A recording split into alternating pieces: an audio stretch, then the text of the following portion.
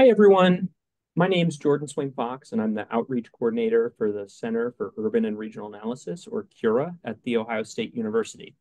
I'm really excited to welcome you today for our second event of the webinar series, Climate Lessons for Our Cities, Global Perspectives on Climate Change in Urban Environments. This series is co-sponsored by CURA and the Byrd Polar and Climate Research Center. And throughout the series, we're hearing from international scholars and practitioners about the impacts of climate change on cities and the best ways to mitigate and adapt to these effects. Today's guest, Dr. Matilda Bosch, will provide an overview of the physical and mental health impacts of urban green spaces and discuss how nature-based solutions may contribute to healthy urban development. So before we introduce Matilda, I just want to mention a few logistical items. If you require closed captioning today, you'll find a box at the bottom of the screen labeled CC. You can click this box and select Show Subtitles, which will allow you to view subtitles during the presentation. During the webinar, feel free to submit questions at any time using the Q&A box, and we'll answer as many of your questions as we can in the last portion of the presentation. And apologies in advance if we don't get to your question. You'll also notice that chat has been disabled, so please use that Q&A function if you have to share any information with the organizers. This event is approved for one AICP CM credit, and to claim your CM credits, you can log into your My APA account on the APA website and enter the event into your online CM event log. At the end of the webinar, you'll be asked to complete a brief survey and encourage you to fill that out if you have the time. And your feedback really helps us improve these events. If you have questions about the credit, the survey, or anything else after the presentation, don't hesitate to email me at swaim-fox.1@osu.edu. Finally, to learn more about CURA's future events or to sign up for our monthly newsletter, you can visit cura.osu.edu. You can also like CURA on Facebook and follow us on X, Instagram, and LinkedIn.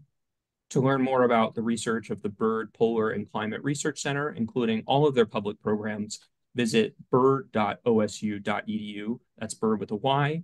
Or you can check out their social media streams on Facebook, Instagram, X, and LinkedIn. With that, I'll pass it over to CURA's director, Harvey Miller, to introduce our speaker for today.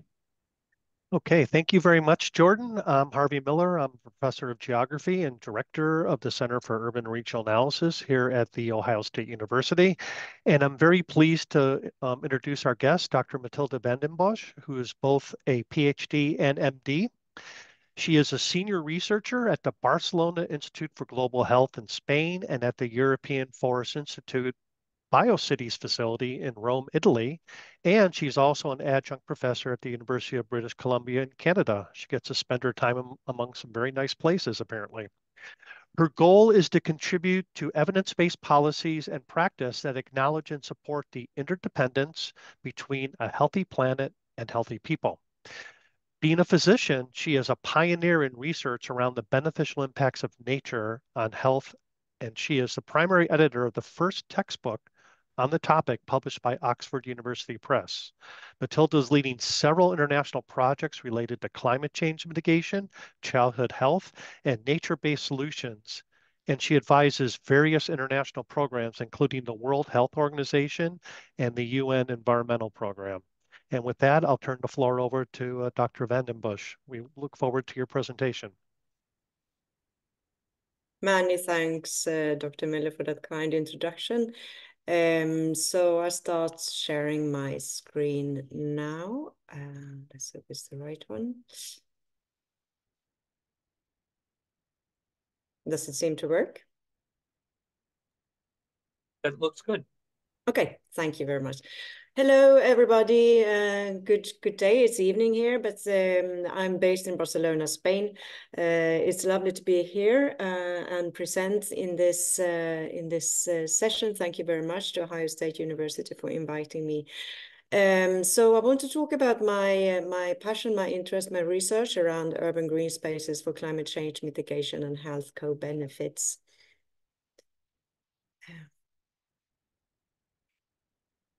Did you know that cities in Europe could prevent up to 43,000 deaths each year if they achieved the WHO recommendations on access to green spaces? 43,000 deaths each year could be prevented. That's quite a number. And the WHO recommendations of access to green spaces is that you should have, each resident in each city should have access to at least 1 hectare green space within 300 meters from their home.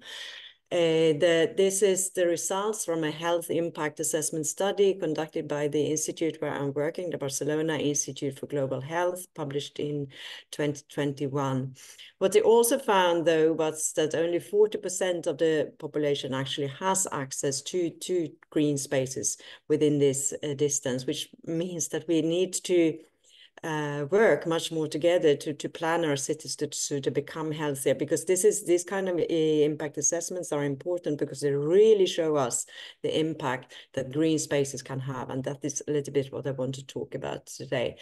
So the question is also why the World Health Organization would bother about urban green spaces. Are they not supposed to look into what health data and these sort of things rather than green spaces? In order to understand this, why the World Health Organization discusses green spaces, we need to understand a little bit about the global burden of disease scenario and how it changes over time and what we can expect in the future. So this is from the estimates that WHO and the Global Burden of Disease study in general are producing. So in 2004, we saw that we had all the infectious diseases on top. Those were dominating the disease burden. But if we look now, what we can expect in 2030, and I think we're already there actually, is that mental illnesses like depression are already dominating the burden of disease. Then we see other non-communicable diseases like ischemic heart disease, road traffic accidents, stroke, chronic lung respiratory diseases, and so on. This is important because all of these, what do they have in common? They are chronic lifestyle-related disorders. They are environmentally related, and there's actually not much we can do from a medical perspective. Once we have gotten those diseases, those disorders, there's not so much to do from a clinical perspective. I used to work as Dr. Miller mentioned, I used to work as a physician. I personally had this experience that there is not so much to do. We need to do much more from a public health perspective. We need to work in from environmental perspectives to really address this burden of disease. And this is not only in high-income countries today. You see the infectious diseases are really decreasing. So this is happening all across the world. These are global numbers. And think today actually was published a huge study, or a study in the Lancet based on a huge data material that showed that obesity is dominating now in low and middle income countries because of the malnutrition rather than low nutrition.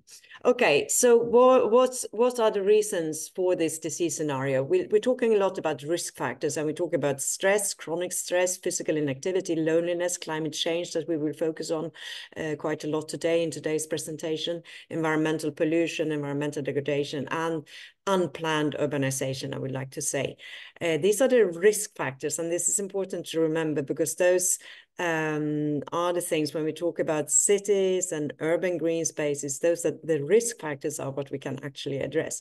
So I tend to use this kind of model, or we usually do when we do research around this. We say that green spaces promote human health through a number of pathways, and that is what this presentation, what we will go through as well. So we have at the top, we have biodiversity. I cannot emphasize this enough. In order to get all these services and all these benefits to human health, we need healthy ecosystems, and a healthy ecosystem is a biodiverse ecosystem. That is why the conservation of biodiversity is really critical. It's at the core, and biodiversity is important in cities as well. We need to take care of this in order to promote human health as well. All right, we know from a lot of studies that green neighborhoods promote physical activity. People who live in green neighborhoods tend to be more physically active. They also tend to have a stronger social capital. The social cohesion within a society, within a neighborhood, tends to be promoted when people have free public spaces where they can see other people, meet, have gatherings, have picnics, whatever it may be. The earliest research in the paradigm that we're working now, the earlier studies in the 80s looked a lot on the stress reducing effects of green spaces. And it's not only stress reduction, but it's also recovery from stress. Once you have been stressed, you recover quicker if you're exposed to nature or being out in nature. Okay, and all these pathways then in turn results in a number of direct health benefits. And I cannot list all of the studies that have been published on this. It's coming new studies every day, basically. And if you're interested, please contact me and I can send you some reviews and so on. But we know from large cohort studies that there is a reduced risk of depression, cardiovascular diseases, mortality, stroke, diabetes, asthma, cancer, and so on. And as you see, these are basically the same diseases that I say are today dominating the global burden of disease, which means that even if the impact of the urban green space as such might not be very, very large, since the problem is so big, we get a huge population health impact by turning our cities into greener places through green infrastructure and access to green spaces and so on. What we often talk about as well is the salutogenic effects, that is not only preventing disease, but it's also promoting health, increased level of mental well-being, academic performance among children, memory capacity, and so on. People tend to be happier in green spaces. And as I say, this is because of a number of different pathways. It's not something magic, I think. And it's also important to remember that this is not a silver bullet solution, but it's together with many different factors that we need to think about to create healthy cities. I personally think that nature and green spaces are important. As I said, I will not be able to show you all the studies that are out there. So I just picked a few. This is from Thomas Byrd and his colleagues in Australia, which showed pretty nicely looking at people having more or less green space in the neighborhood. And you can see that with an increasing amount of green space in the neighborhood, the chance of being physically active increased up to, in the fully adjusted models, up to 25% compared to if you didn't have any green space at all in your neighborhood. Similarly, Andrei Egorov and his colleagues also looked at access to or exposure to green space around the residents, and they looked at chronic stress through a biomarker called allostatic load, which includes a number of different biophysical markers of the autonomic nervous system, which is the stress response and stress recovery system, I would say, and you can measure that with different ways. So that is basically what this graph shows, is just different ways of measuring this allostatic load. So it's not so important. The most important is that you see that in the so-called the third tertile, or the tertile of the neighborhoods where had the most vegetation, the risk of having this allostatic load, chronic stress, is clearly reduced. And they use the Enviro Atlas, which is a beautiful land cover atlas that you have in the States, produced by the EPA, to measure, to get the data on the environmental exposure. Finally, a landmark study that was published in The Lancet in 2008. So it's a little bit old by now, but it was a landmark because it was published in The Lancet, and it had a sample of 40 million English people, and they very clearly, as you see here, showed that the socioeconomic related health inequalities were clearly decreased as we see an increase in the amounts of green across these groups. So basically, what you see in this figure is that with increasing green, we see a reduction in the socioeconomic related health inequalities. And this, as you know, is a major issue within public health today, that we see inequalities depending on where you live, and if you live in a deprived area or in a less or in a more wealthy neighborhood. The differences in mortality and morbidity are huge. Up to people can live up to 7-8 years longer. There's differences up to 7 to 8 years depending on where you live, and there's no biological reason for this. So this can all be addressed through societal and environmental interventions such as green spaces. I just wanted to also add some examples from my time in Vancouver. I used to work at the University of British Columbia and was leading a project on childhood neurocognitive development and also other childhood diseases like attention deficit hyperactivity disorder, ADHD. And we found that in areas where there were small amounts of green and high levels of air pollution, the risk for the children of developing ADHD was 62% higher. And then if, on the other hand, you had a really healthy neighborhood, a really healthy city, urban environment, the risk was 50% lower, meaning that it was a lot of green and low levels of air pollution. This got quite some attention in the local press, but also since I had by then moved when it was published, it also was published in Spanish media, and the environmental director of WHO, Dr. Maria Neira, tweeted about it, which is important for us, of course, working in public health, and that is not, I think, for all of us working in research, is interesting when we get an impact as well, and the message is spread, and I hope we can talk a little bit more about that later as well.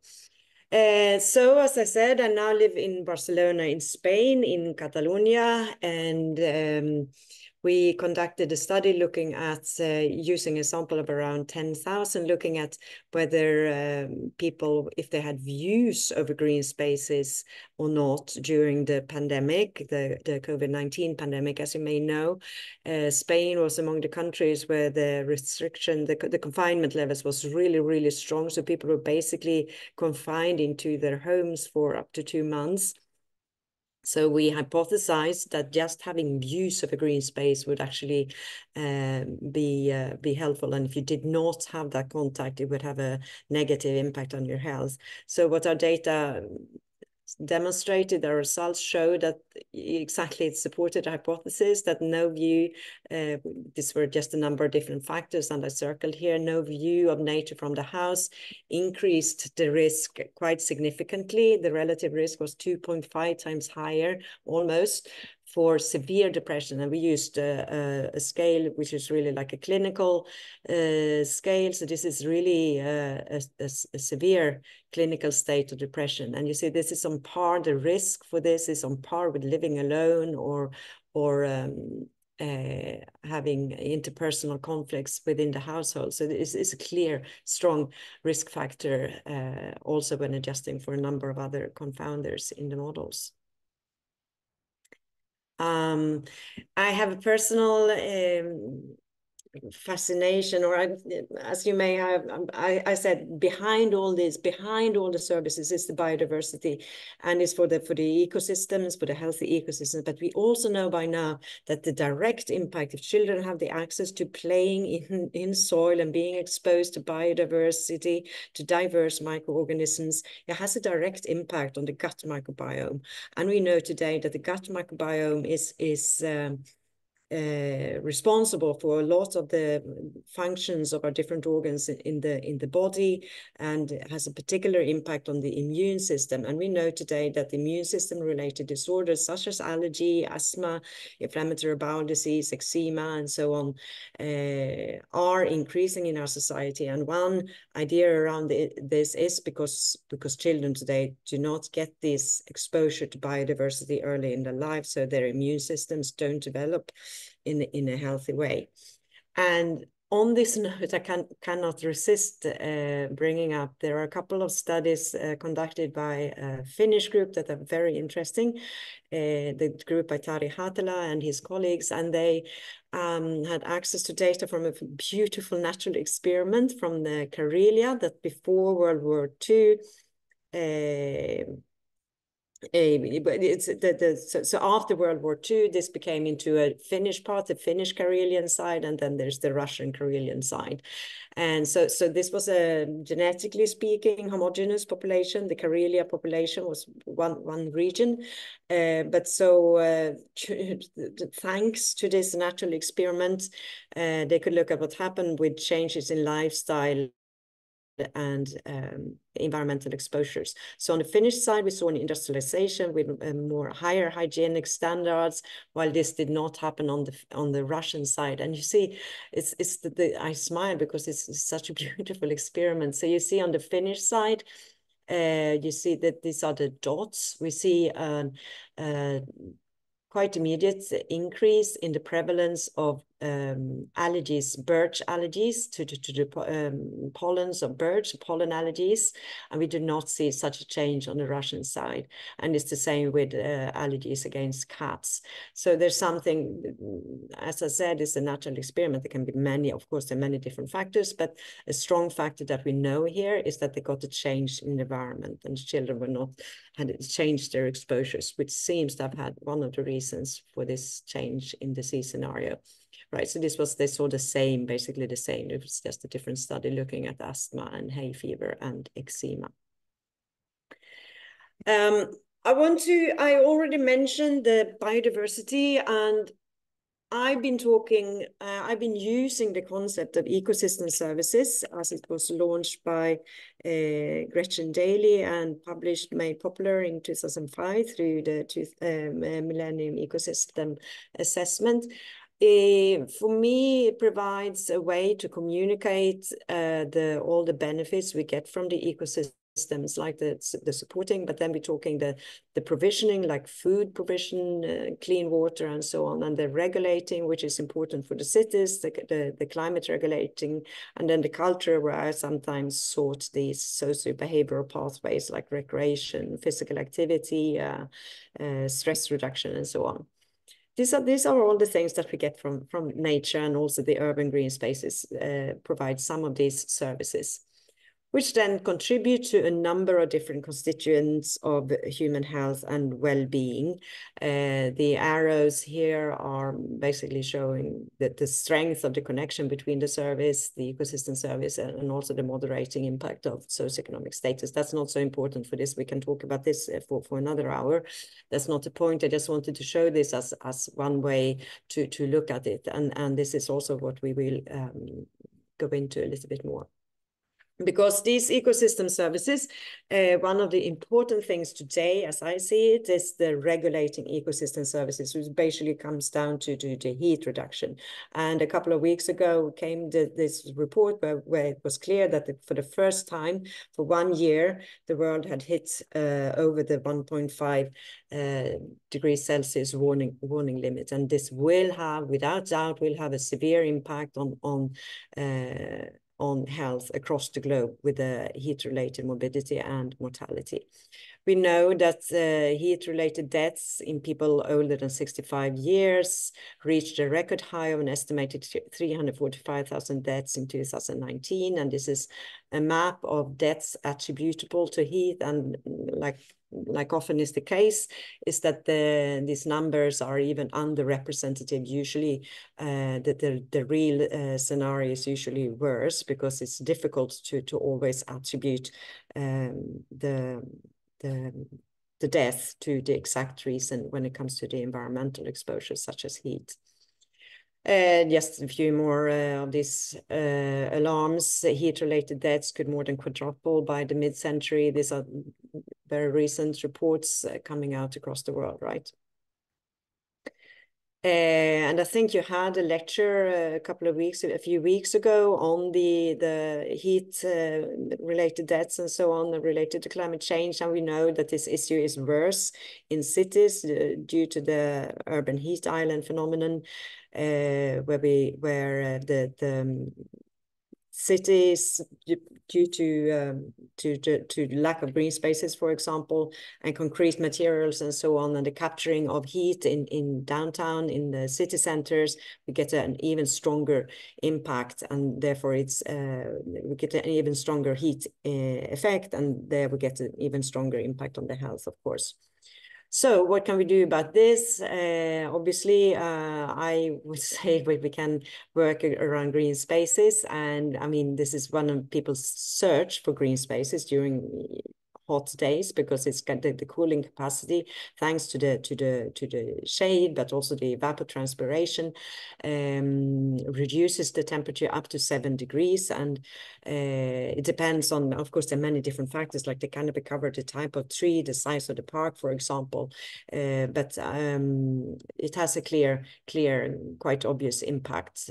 So we can have, that's one of the reasons, for example, why WHO says that we should have access to green spaces so people can have this relief. Several modeling studies show that the green cover increased by, this is one modeling study, but there are several of those. And this one showed that an increase by 10% would almost compensate for the climate change related increase in temperature by 2080. This is pretty fascinating. It shows, for me, it's showing that this is one of the solutions we can use to meet the challenges related to climate change and heat. This is a more recent study, was published last year in The Lancet, again by colleagues at my institute at IS Global. Again, using health impact assessment techniques, methods, where they found that by increasing the tree cover in cities to 30%, we could get a general average reduction of up to 1.3 degrees Celsius. And this would prevent 1/3 of all the premature deaths attributable to the urban heat island and summer. And this corresponds to more than 2,500 lives each year, which is quite significant numbers now.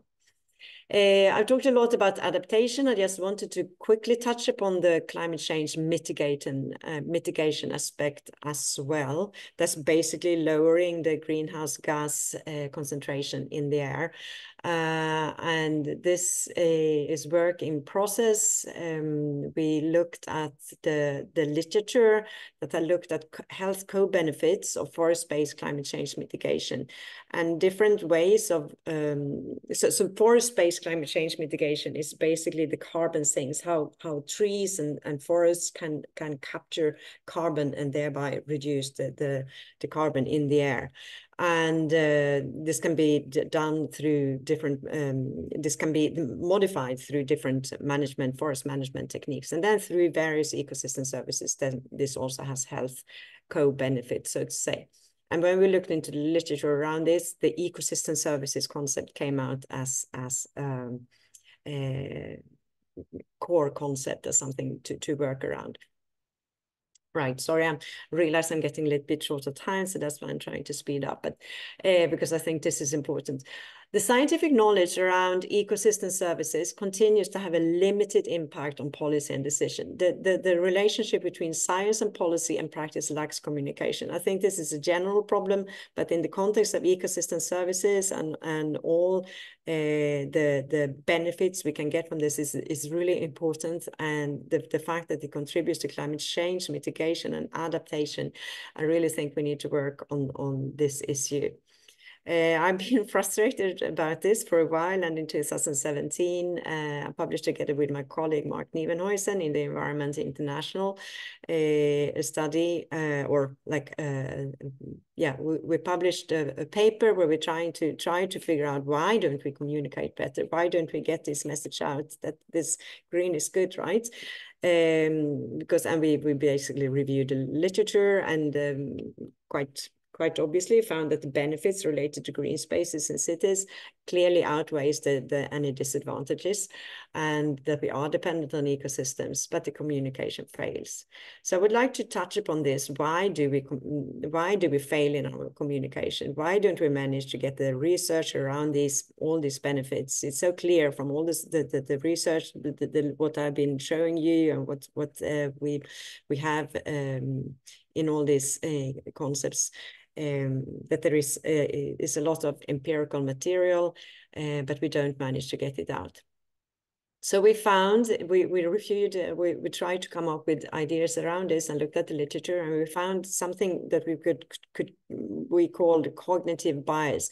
This knowledge around ecosystem services is not really part of the normative agenda. This means that we don't think about nature as being something that would contribute to health. Nature in cities, for example, has been seen as something, okay, it's pretty, it's nice, but it's not really crucial. Instead, we have worked, or politicians tend to look towards quick fix, technological solutions that don't really work in the longer term. And we also know that the political cycles, things have to happen fast, and to plant a tree and to have all the benefits from that takes longer. But mostly it's this, I think we need to, it's a little bit about a paradigm shift. We need to change the agenda and how we speak normatively around this. And talking about speaking, this is something, I think really the different languages. First of all, we use different terminologies between different disciplines. I understand that people from geography and climate science, and we probably use different terminology compared to what might be used in epidemiology or health sciences. But even more the issue between academia and policy, we tend to always end with more studies are needed. Yes, there might be an impact and maybe blah, blah, blah. And this does not really correspond to the way that politicians tend to speak. And as Dr. Miller mentioned, I've been working with policy organizations and WHO, and they also need clear messages from us saying that, yes, if we want to have these recommendations, we need to be able to stand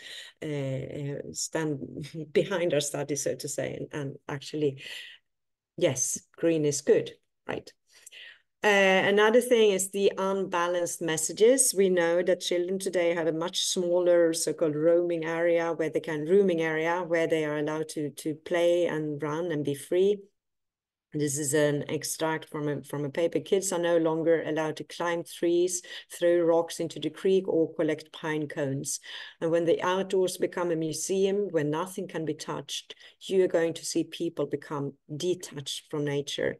And I think this is really what we are seeing. We're talking about the last child in the woods, the nature disconnection, and instead children are attached to the screens, and the risk of being sedentary as a child and not being exposed, as I mentioned, to biodiversity is, of course, or it is higher than the risk my girl, it's many years ago, the risk my girl here, my daughter, was had from climbing in the tree and possibly falling down. We see a lot of the risk of child obesity and children not having the motor development that they should have had because they are not allowed to play freely. And similarly, the unbalanced messages around ecosystem disservices. This is something that I face a lot when I talk with urban planners, for example, that we cannot plant trees because of the pollen-related issues, the vector-borne diseases. Okay, if you have trees and plants and vegetation in cities, we get all the vectors together with it and the falling branches.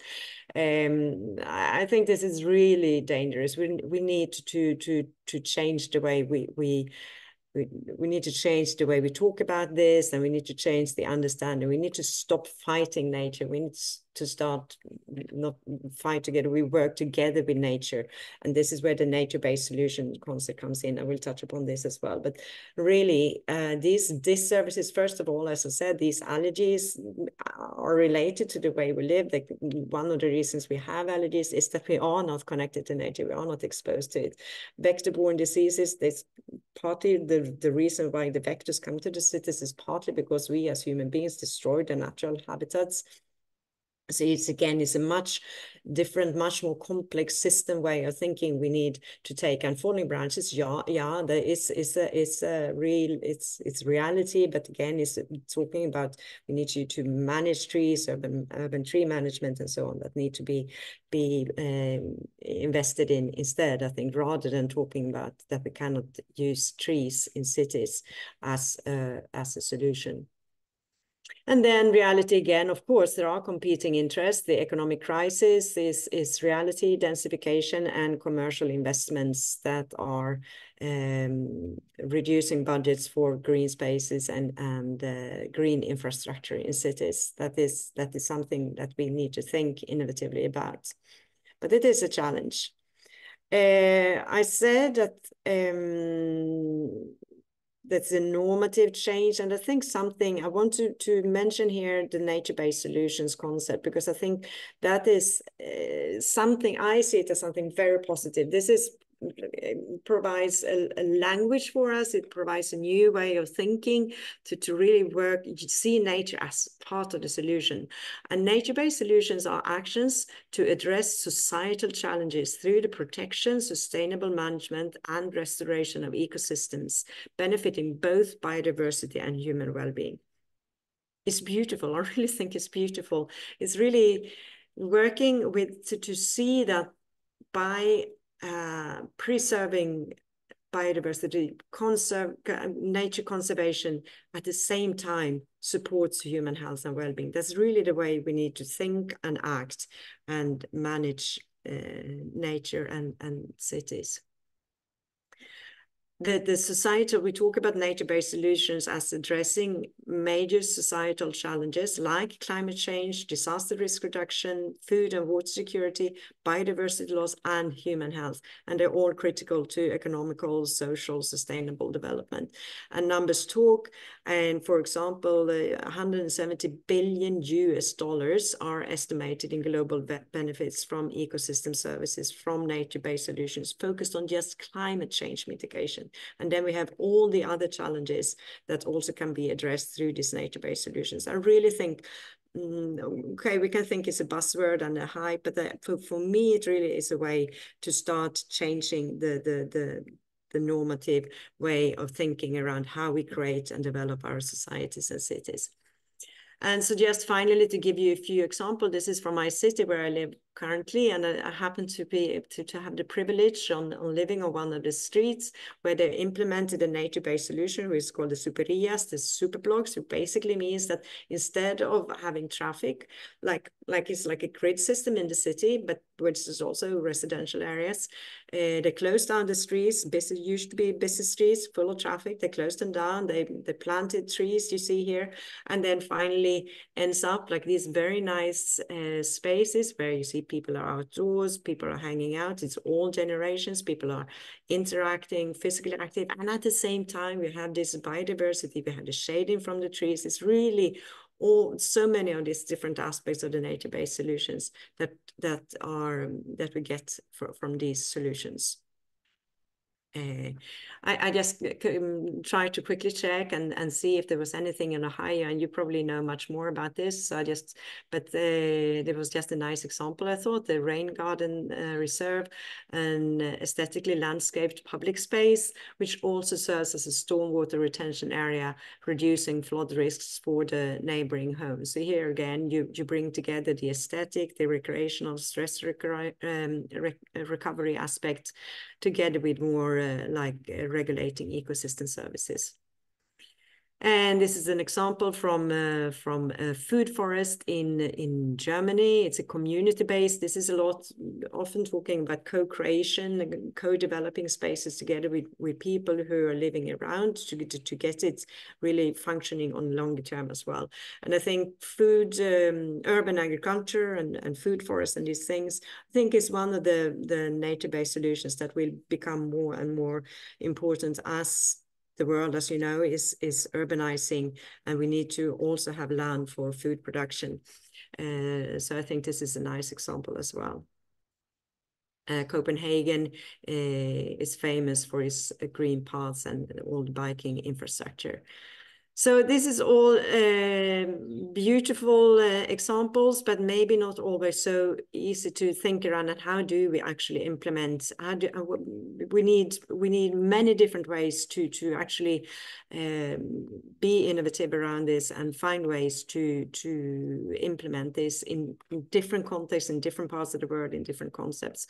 And one rule, or one you might have come across, is the 330-300 rule that was developed by my colleague Cecil Konynendijk, looking at trees and green spaces as nature-based solutions. And this one is developed particularly for urban planners to plan neighborhoods so that every person shall be able to see 3 trees from the window. Each neighborhood should have a 30% tree cover, so you get the distribution across the city, and then again an accessibility of 300 meters to the nearest park. So it's the very simple 330, 300 rule, and it has been implemented in quite a few cities already, and it's one way, I think, to make it easier for urban planners and decision makers how to actually put this into practice and not just talk about nature-based solutions, but actually also create it and work around it. And finally, this is a Horizon Europe funded project called Resonate, where we're looking at nature-based therapies and also how to involve stakeholders from start. So we use nature in and outside cities to promote health and also prevent disease and actually treat different types of disorders through exposure to nature. And this we expect and hope this will have an impact over a longer term also on the environment and the society and health equity and so on. And with that, I would like to thank you so much for your attention today. Okay, thank you very much, Dr. van den Bosch. That was really interesting, stimulating talk, and I can see we already have some questions in the Q&A. And I want to remind the audience that please continue to add your questions in the Q&A, and we'll get to those in just a few minutes. But I'll start off by asking a few questions of my own that came up during your talk. I noticed one thing you didn't mention is air quality, and that's really a public health crisis in many cities in the world. And Yeah. Trees have a role in trying to mitigating air quality, especially from traffic. I was wondering if you could tell us a bit about that, what you know about the role of trees in mitigating health problems due to air quality. Absolutely. Shall I stop sharing my screen Oh, now? sure. Yes, please. Yeah. How do I do that? Although that's a nice picture. Yeah, it's another one of my daughters.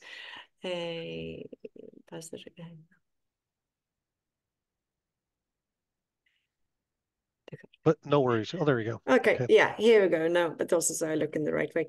Yes, no, so the air pollution, you're perfectly right. That is a major, the strongest contributor to poor health globally. This kills 7 million people each year.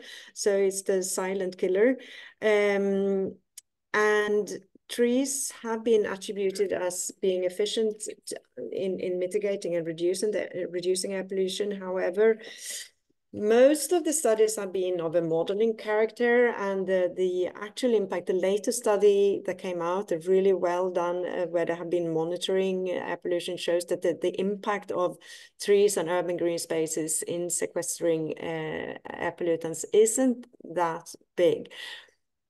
Having said that, so the biophysical impact of green, I wish I could say that it has a huge impact. It has a small impact, and given the magnitude of the problem, sure, but still, I think what is the main thing we can do there is to replace cars. We need to work towards car-free cities. That is why I like the Barcelona case, so to say, because I think the main what we see mainly with the studies that have shown that the trees reduce air pollution is basically because it's like instead of cars we have trees, so that is the effect we see. Okay, well, I'm not going to argue yeah. with you about reducing cars in cities if you know my Yeah. research area. But Yeah. so no argument there from me. I have a question about you. You mentioned cognitive biases, and you said it's not part of our normative framework. We don't think of nature, and I think that's absolutely true. We tend to look for technological solutions rather than natural solutions to problems. I'm wondering how much of the lack of long-term thinking fits into this, and I don't just mean the political cycle, but I think one of the big problems we have with climate change and sustainability is actually being able to think over longer time frames, even longer Yeah. than our lives. Yeah. And and you plant a tree and it looks nice, but it really doesn't give benefits for decades. So I'm just wondering if you No. could talk about that as part of this cognitive bias problem. Yes, definitely. I think you're perfectly right. That's a really good question. First of all, exactly with climate change. I mean, we knew this, but since decades, the late lessons from early warnings. That's why I put that on there. And I was listening to Pim Martens, a planetary health professor, because the planetary health concept is relevant as well. And I mean, we started knowing the first warnings that, okay, climate change will actually have an impact on human health as well, came in the 80s. But and now it's increasingly since 2015 with the Lancet Rockefeller Commission. But still, we're talking generations ahead, and it doesn't really hit us until it hits us. It's but it's, of course, the awareness is increasing, and in the IPCC reports we get the human health impact included. But it is for sure a cognitive bias there that I wish I had something more clever to say than this. It is, yeah. I'm interested in studying children. I'm also interested in talking to young people, because they are really the ones that need to be the pioneers in this today, and really we need to start working with the young people for them to safeguard the future, and for us, of course, to work on that. There was the one, and then you had another part of the question. Oh, I don't think so. That was just No, okay. basically, yeah, this lack of long-term thinking and thinking how we have to think into the future, Yeah. decades, if not generations, really to solve some of these problems. But yeah, I'm not going to disagree with you on that one either, that young people really need to get involved. This is really their future more than at least mine, and maybe others. Yeah.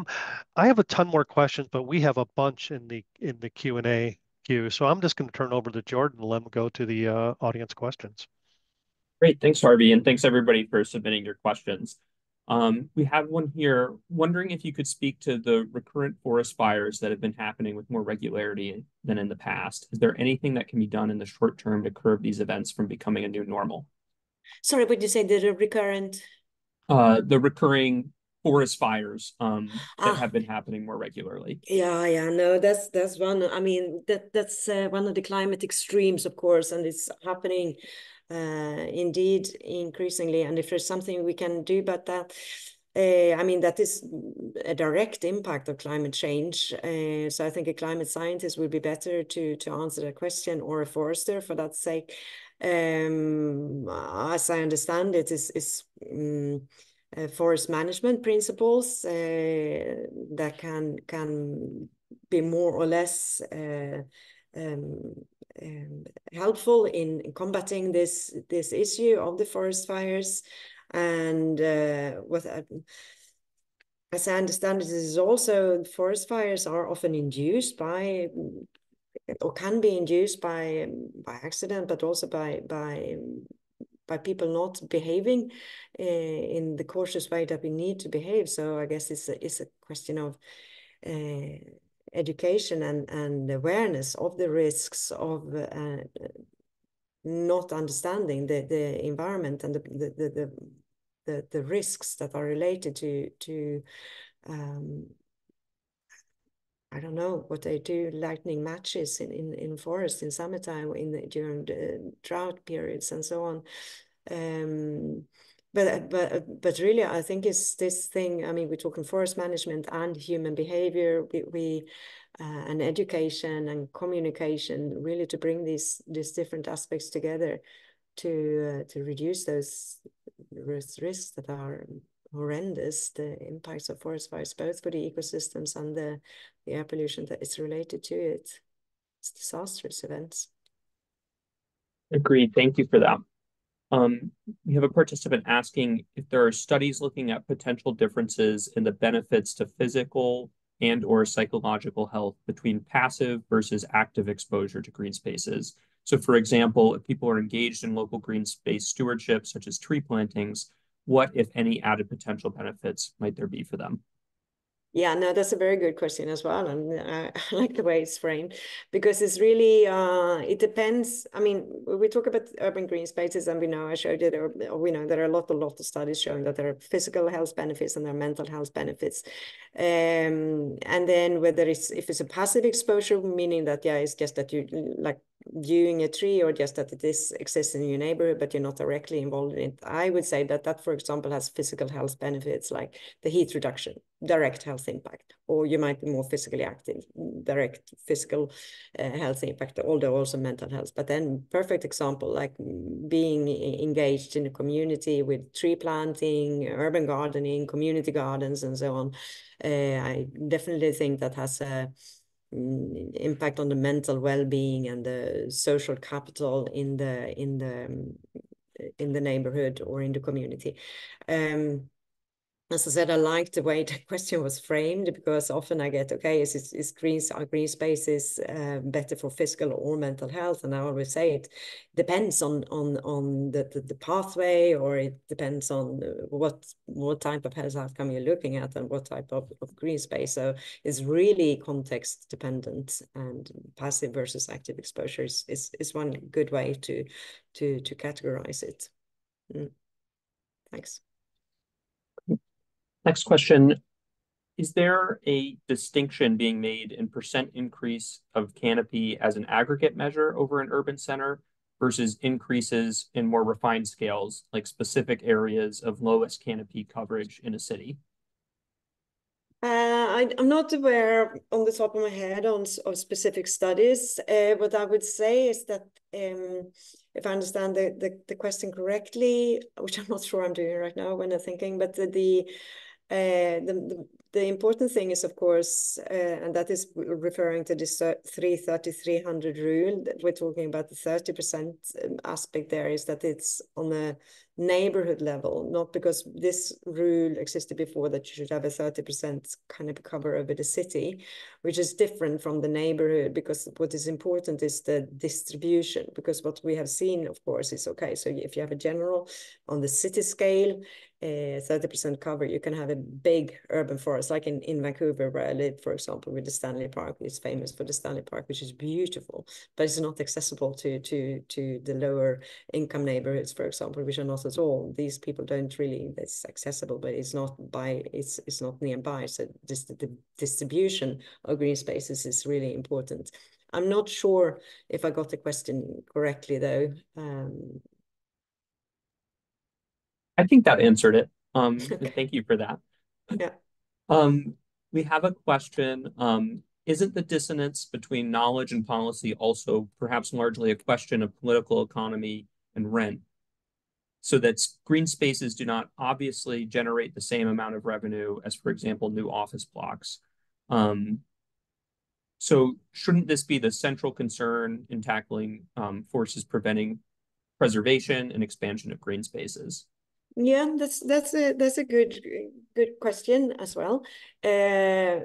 First, green spaces, I mean, there are lots of studies showing that the property values increase with associated with increasing green spaces, which is good and bad. It's good because of this, you say, it brings revenue, but on the other hand, we are then at the risk of the green gentrification, that people who live in these areas can't afford to live there anymore. So then they anyhow pushed out to less healthier environments. So what I would like to stress instead, or maybe try to communicate, is that what I've heard recently, or what we know, is that from the cost benefits analysis studies, research on nature-based solutions show that they are actually very often very cost efficient. So by investing in nature-based solutions rather than technological solutions, we get a profit, we get the economical benefits together with the other environmental and health benefits. So I really think there's something we need to communicate better, because I don't think there is so much conflict as you might think. That's great. Corey asks, is there a minimum amount of green space needed to be beneficial? Change on a city level would be the best case scenario, but does something like planting a small garden on your own property provide any measurable health benefits? Yeah, I think so. I mean, there are studies showing like just having plants in your room has health benefits. Again, different pathways, just tending for plants, taking care of nature, be it in your garden, has mental health benefits, I think. I would bring it back again to what type of health benefits you are looking at. So it's hard to say that, okay, you need at least 1% of your home environment being green. No, I'm sorry, I cannot give you those kind of numbers. I would say, like in general, something is better than nothing. And I think that's what I would say on a small scale to a bigger scale. Sure, we are aware this is a veritable challenge. There is a conflict between densification, and we need to keep the cities dense because of the climate change, right? Mitigation, because we needed to keep to be energy dense. But at the same time, having them green, it's a challenge. But something is better than nothing, and we just need to be innovative there, I think. And green walls, green roofs, house plants, whatever. All of the above. Paul asks, what's the difference in ecosystem services and impact on urban environments between coniferous and deciduous forests? Yeah, there's so many different ecosystem services, so it would be hard to say talking for all of them. Just talking in terms of heat reduction, deciduous. Now we did look into this. It was hard actually because again it comes down to species level as well, not only deciduous versus coniferous.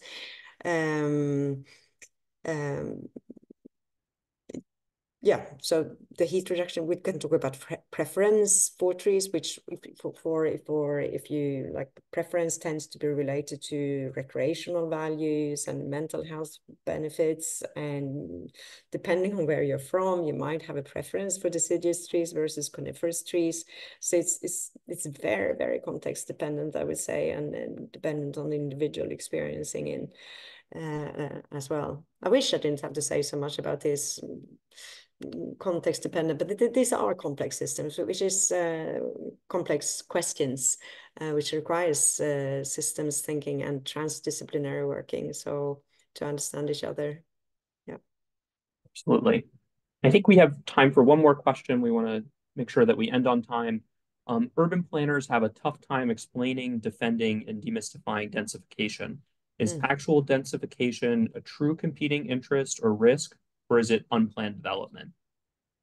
Well, that is a good question that I don't have the perfect. I'm neither not an expert on this, I would say. Unplanned development, that is of course what we see today in the urbanizing parts of the world in the global south. There I would think that this might be the bigger issue rather than the densification. Honestly, I get a little bit excited to look into this now. Sorry, I don't have a good answer for that. I wish we could discuss it. Maybe some of you, do you have an answer to it, maybe?